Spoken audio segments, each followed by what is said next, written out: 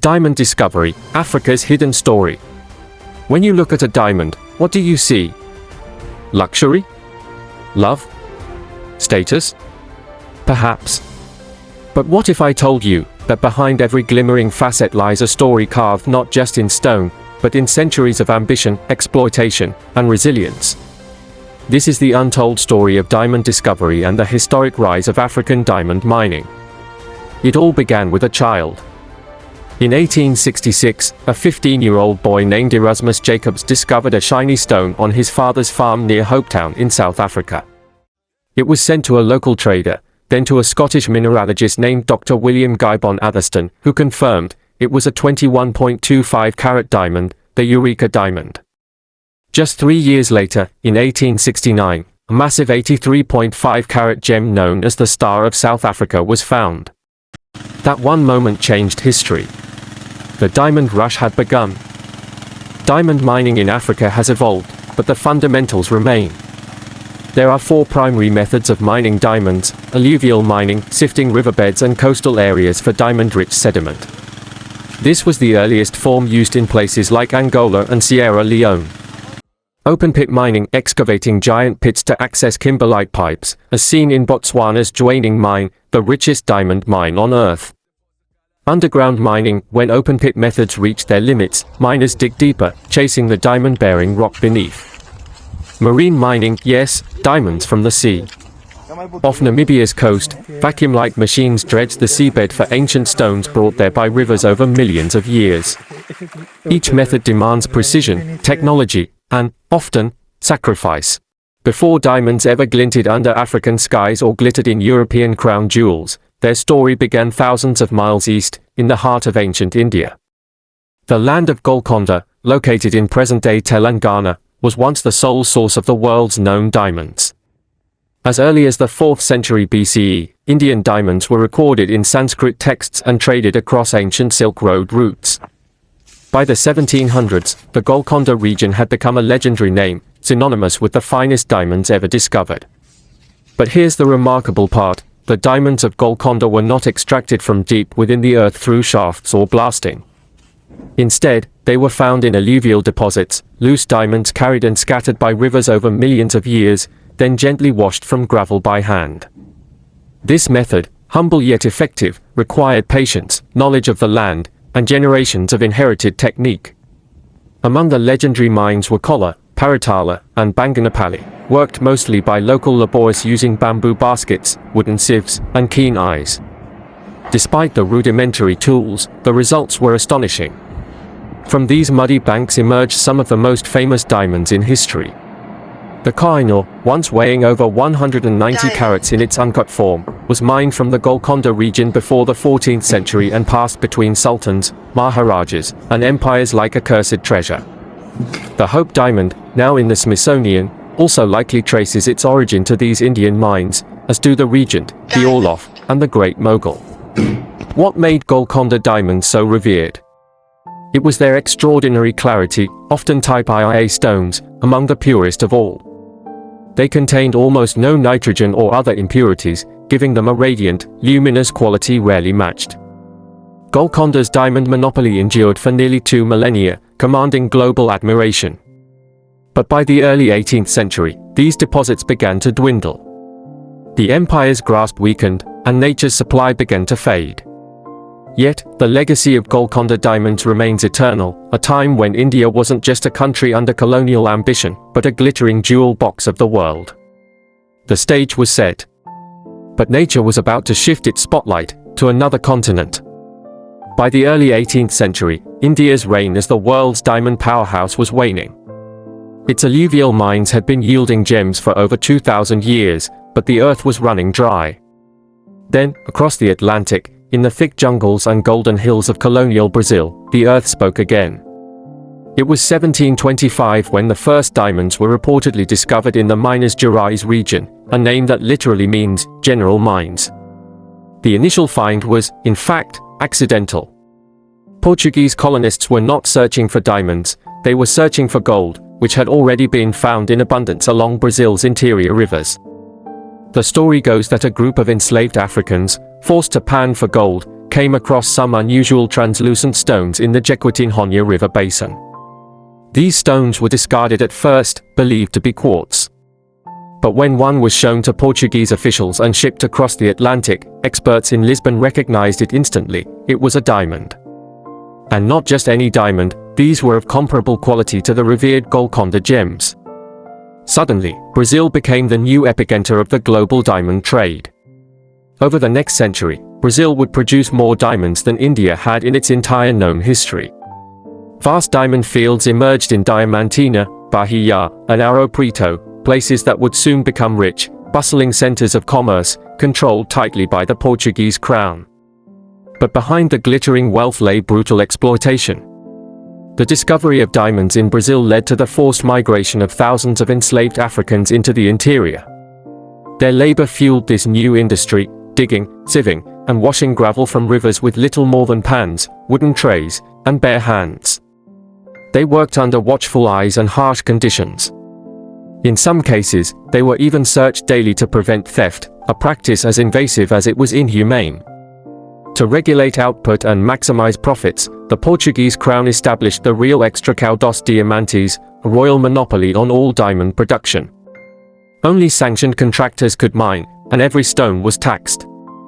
Still, these Brazilian diamonds would eventually flood European markets, gracing royal courts from Paris to Vienna. Brazil's rise didn't just change the map, it shifted the axis of global wealth. But the earth wasn't done revealing its secrets. Africa was next. By the late 20th century, diamonds, once symbols of power and purity, had become stained with a darker legacy. In the jungles of West and Central Africa, they were no longer just precious stones. They were weapons. Welcome to the era of conflict diamonds, or as the world would come to know them, blood diamonds. It began with a devastating truth, that in unstable regions, diamonds could fund war faster than any foreign loan or state subsidy. These gems were small, high in value, and easily smuggled. For rebel groups, they became perfect currency. In Sierra Leone, the rebel group known as the Revolutionary United Front, RUF, seized control of key diamond-producing regions in the 1990s. Using the revenue from illegal diamond sales, they bought weapons, trained child soldiers, and committed atrocities. Civilians were not spared, villages were burned, families torn apart, and many were mutilated as punishment for not cooperating. In Liberia, the warlord Charles Taylor used diamonds smuggled from Sierra Leone to finance his own violent regime. These diamonds passed through illicit trade networks into the global market, often ending up in luxury boutiques without any trace of their origin. And in the Democratic Republic of the Congo, rebel factions used diamond mines to fund nearly a decade of chaos. Control over these mines wasn't just about wealth, it was about power, territory, and survival in a fractured state. The consequences were catastrophic. According to the United Nations, over 3.7 million people died in wars fueled or prolonged by conflict diamonds, either directly in combat or indirectly through disease, famine, and displacement. As international awareness grew, pressure mounted for reform. In response, the Kimberley Process Certification Scheme was launched in 2003, a joint initiative involving governments, the diamond industry, and civil society. Its goal, to prevent conflict diamonds from entering the legitimate global supply chain. But even today, the process has flaws. Loopholes allow smuggled diamonds to be laundered through compliant countries. Artisanal miners, many of them impoverished and unregulated, still operate in regions vulnerable to corruption and violence. The legacy of blood diamonds remains a deep scar on the industry. It reminds us that value isn't just measured in carats, it's measured in human cost. For generations, the story of Africa's diamonds was told from the outside, through colonial lens, corporate interest, and foreign fascination. But behind every gem, behind every mine, were people whose voices were rarely heard. That silence is now breaking. Africa's diamond legacy isn't just about the stones pulled from the earth. It's about the people who carried them on their backs, dug them from riverbeds, and shaped the industry in silence. Across nations like Sierra Leone, Namibia, Angola, and Botswana, millions of African laborers, often impoverished and overlooked, worked under scorching heat, with basic tools and blistered hands. Many were part of the artisanal mining sector, responsible for nearly 15 to 20% of the world's diamonds today. Yet, most earned only a fraction of the stone's market value. But change is rising, and it wears a local face. In Namibia, women like Alphonsine Coffee, once a lone voice in a male-dominated field, became a beacon for gender equality in mining. From her village, she advocated for better wages, protective equipment, and women's access to mining cooperatives, proving that diamonds aren't just a man's world. Meanwhile, African historians and scholars have begun reclaiming the narrative. They challenge the myth that Africa was merely discovered for diamonds, pointing to pre-colonial evidence of local trading systems, traditional gem use in cultural ceremonies, and indigenous geological knowledge. Modern entrepreneurs, too, are flipping the script. In Botswana, a country once among the poorest in the world, leaders chose a different path. Rather than allowing foreign companies to export raw diamonds, the government demanded local beneficiation, the cutting, polishing, and value-adding of stones on home soil. Young Botswana entrepreneurs now run gemology schools, export certified stones under their own brands, and even create blockchain-backed transparency systems for ethical sourcing. They are no longer just miners, they are stakeholders in the global market. In South Africa, startups like Kwame Diamonds are embracing sustainable mining practices, reinvesting profits into community education, and creating fair-wage jobs that uplift entire villages. This is the new face of Africa's diamond industry, resilient, educated, and proudly self-defined. Because the most precious thing to rise from African soil isn't just a diamond, it's the people shaping their own destiny. Today, African countries face a new crossroads. With the rise of lab-grown diamonds, global demand for mined stones is shifting. They're cheaper, eco-friendlier, and visually identical. But Africa still holds a trump card: authenticity. The story of a diamond found deep in Congo's jungle or under Namibia's seabed carries something synthetic stones can't replicate: a soul. That's why today, African nations are pushing for value addition, cutting, polishing, and selling diamonds domestically instead of exporting raw stones.